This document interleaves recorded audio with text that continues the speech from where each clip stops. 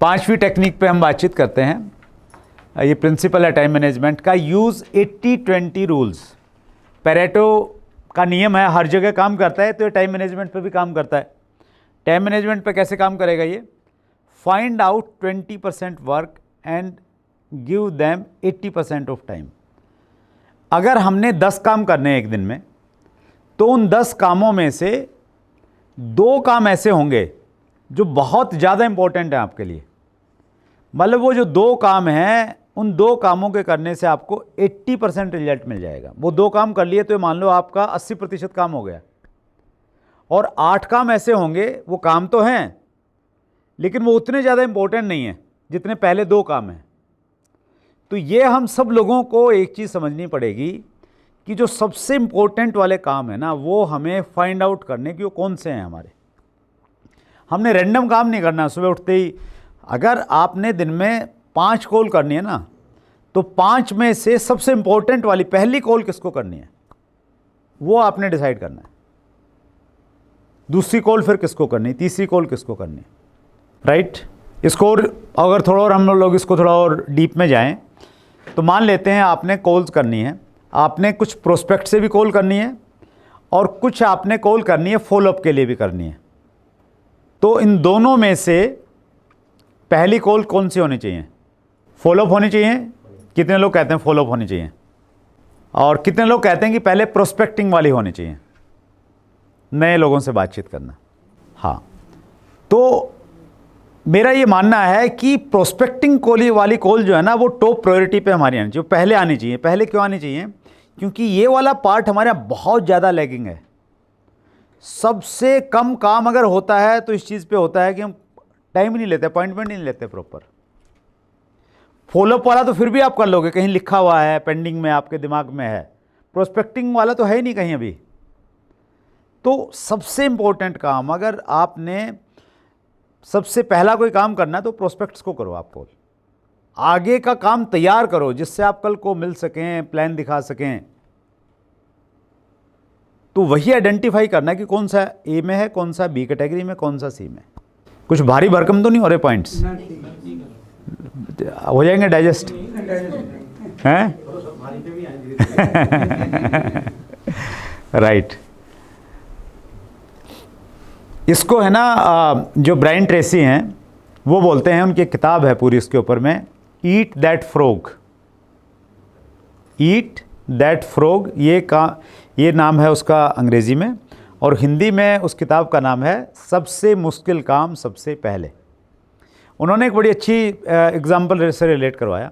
वो कहते हैं कि मान लेते हैं, ये थोड़ा आई थिंक ब्रायन ट्रेसी हाँ यूएस से हैं, अमेरिका से हैं, तो उन्होंने एक है ना नॉन वेज वाला एग्जाम्पल दिया उसमें। जैसे उन्होंने बोला कि मान लेते हैं आपके सामने मेंढक रखे हुए हैं और आपको काम दिया है कि आपने मेंढक खाने हैं।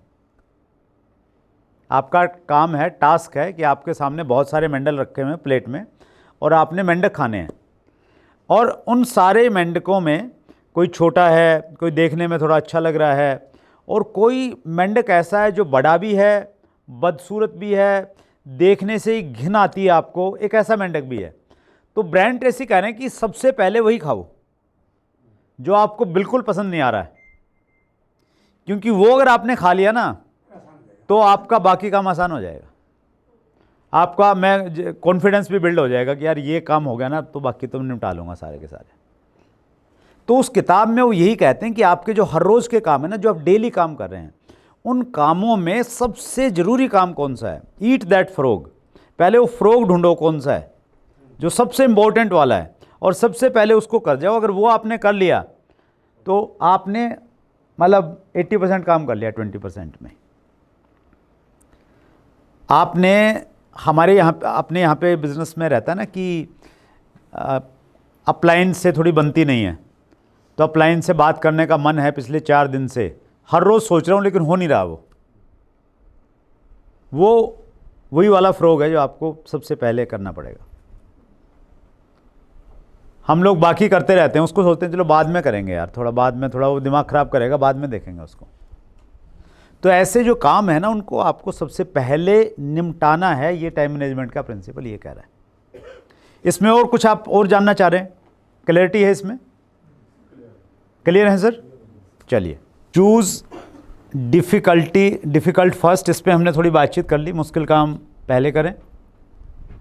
यूज़ वेट टाइम, जैसे भी हम लोग देख रहे थे ना कि बहुत सारा समय हम लोग इंतज़ार करने में, लाइनों में बिता देते हैं और वो रहता ही कहीं ना कहीं, तो उसका इस्तेमाल आप कैसे कर सकते हैं? One of the best way to get more out of your day is to use waiting time. तो कहीं भी आप थोड़ा सा भी कहीं इस प्रकार की अगर आपको अपॉर्चुनिटी है, वेट कर रहे हैं कहीं पे, तो उस टाइम को आप इस्तेमाल कैसे कर सकते हैं? Create a list of 5 things that you can do in 10 minutes. सुबह आप ऐसे कुछ 5 कामों की लिस्ट बनाओ जो आपको लगता है कि ये 5 काम मैं 10 मिनट में पूरे कर सकता हूँ। क्या हो सकता है? जैसे आपने 4 लोगों को कॉल करनी है, 2-2, 2.5 मिनट में वो कवर हो जाएंगे, तो आप लिख लो कहीं पे, जो 10 मिनट वाली कैटेगरी का एक काम तो इन 4 लोगों को कॉल करना है मैंने। 10 कैटेगरी वाली फिर कोई दूसरी काम हो सकता है कि भाई 10 मिनट में मैंने कोई भी कुछ भी मान लेते हैं कि आपने अपनी मेल चेक करने हैं, या आपने व्हाट्सएप चेक करने हैं, या आपने कुछ रिप्लाई करने हैं, या कुछ मिस कॉल हैं उनके आपने वापस कॉल करने हैं, तो वो कर लिया।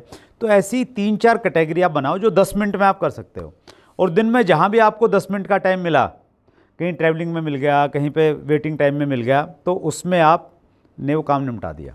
अदरवाइज़ उस समय आप देखेंगे यार क्या करूँ, स्ट्रेस भी इसलिए बढ़ता है ना कि वेट कर रहे हैं, कहीं पे बैठे हैं, किसी ऑफिस में जाना है और टाइम ज़्यादा लग गया तो इधर, लेकिन आपके पास में अगर ऑलरेडी काम है छोटे छोटे तो आपको निपटा देंगे उस समय। ये बड़ा इंपॉर्टेंट पॉइंट है टाइम मैनेजमेंट के लिए। लर्न टू से नो, ना कहना सीखें। पंडित जी ने आरामकर कविता में कहा है कि हर दिल अजीजी छोड़ दे। कैसे हैं लाइनें वो? कुछ देर के लिए कुछ लज्जतें कुर्बान कर,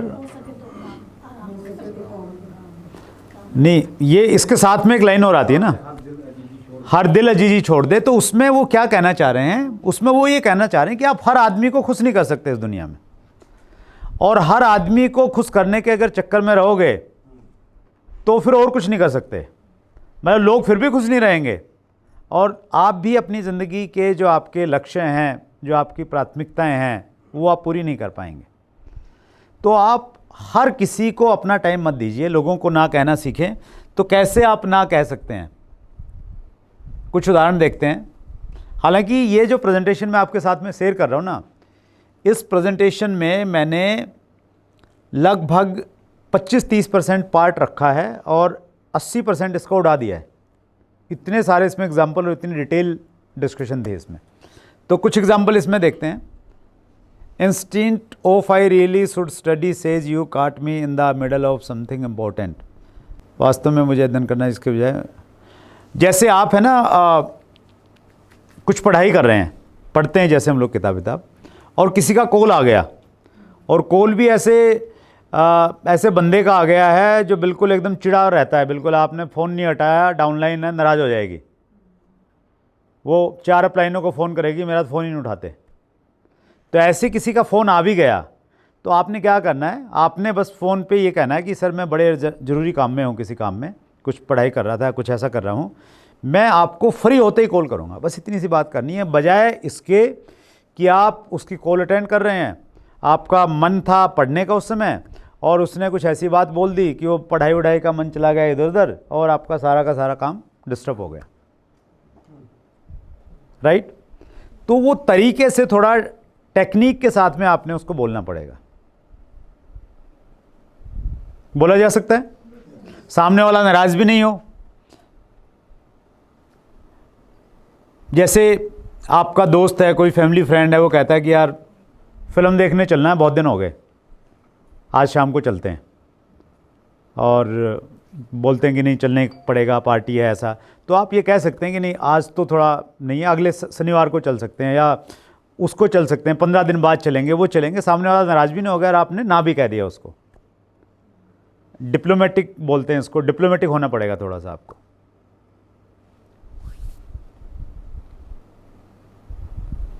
बिफोर से yes let me check my planner and get back to you. जो सुलझे हुए लोग हैं ना, वो आपको कभी तुरंत टाइम नहीं देंगे किसी चीज़ का। वो आपको ये कहेंगे एक बार मैं अपना शेड्यूल चेक कर लेता हूँ, उसके बाद में आपको मैं बताऊँगा। तो ये एक बड़ा अच्छा तरीका है, आप अपने टाइम को भी शेड्यूल चेक कर लेंगे। आपको मालूम है ना, बिल्कुल फ्री है, आप इसको आदत में डालिए। और अगर आपने बोला कि एक बार मैं चेक करके बताऊंगा, तो फिर बताना है।